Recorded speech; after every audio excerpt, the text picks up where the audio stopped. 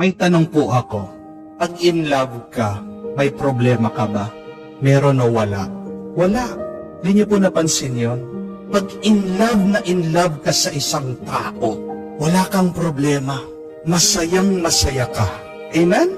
Hindi mo iniisip yung pera, hindi mo iniisip kung kumain ka na, hindi mo iniisip yung pagod mo, ang iniisip mo lang yung minamahal mo. Bakit? Kasi in love ka. May napanood po akong isang video, siguro nasa internet pa yun eh. Yung dalawa nagpapalimos, nagmamahalan, nasa tabi ng daan, naglalabing-labing, nagyayakapan. Alam mong mahirap sila kasi madungis. Pero kahit na madungis, may nakapag-video sa kanila. Yung babae, talagang yakap ng yakap, halik ng halik doon sa asawa niya. Di po ba nakakaingit yun? Napakarami sa atin, ang dami-daming pera. Di po ba? Napakarami sa inyo, meron na sasakyan, ang ganda na ng bahay. Pero bakit hindi ka masaya? Kasi walang tunay na pagmamahal sa buhay mo. Amen? Let's be honest. That is the truth. When you are truly in love, you do not have any problems.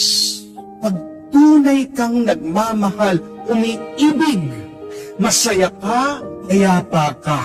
Ito po ang susunod kong tanong.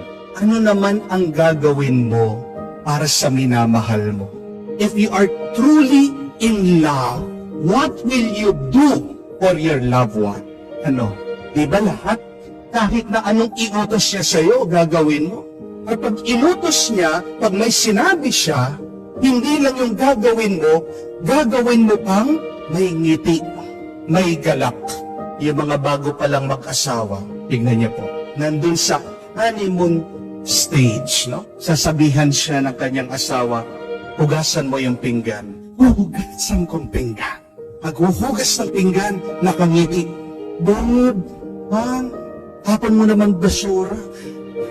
Huwag ka mag-alala at tapon ko ang basura. Diba? No? Sunduin mo naman ako.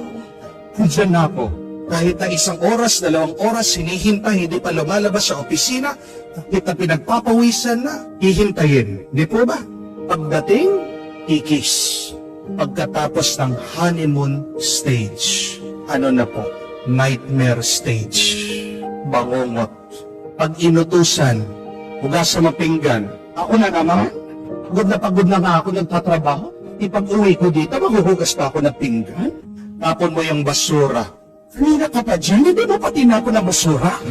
Sunduin mo ako. Busy ako. Alam mo lang dami kong ginagawa. Anong nangyari?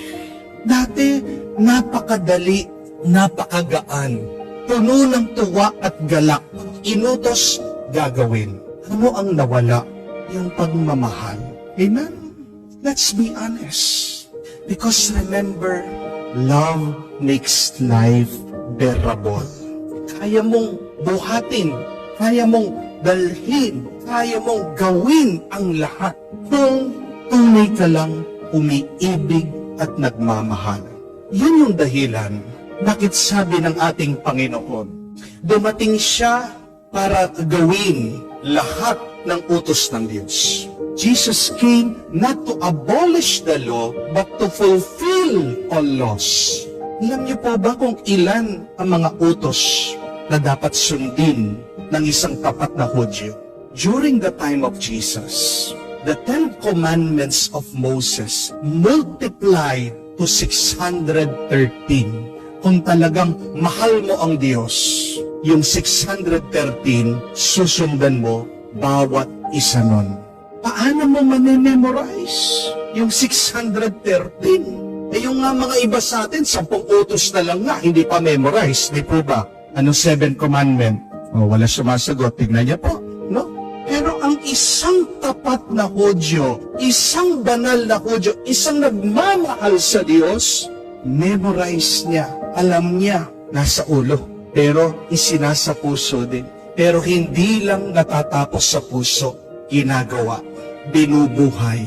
And how is it possible, a very impossible task, to know it, to put it into heart, to put it into action, to live it out, it can only be possible through love.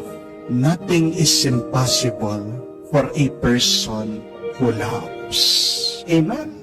Dahil, sabi ng isang Jesuitang pare, if you fall in love, you should stay in love because that will decide everything. Manatili kang umiibig, nagmamahal, at diyan magmumula ang iyong lakas, ang iyong buhay, sa lahat ng iyong desisyon, sa lahat ng iyong gagawin sa iyong buhay. The question is, why do we fall out of love? Kung yan pala yung susi para maging magaan ang buhay mo, masaya ang buhay mo, I think that is the most important question. How can we stay in love? Because to fall in love is easy. Amen? Madali lang eh. Pero yung manatili kang umiibig at nagmamahal hanggang sa iyong huling hininga, mahirap yan. Bakit ba nawawala ang pagmamahal sa atin?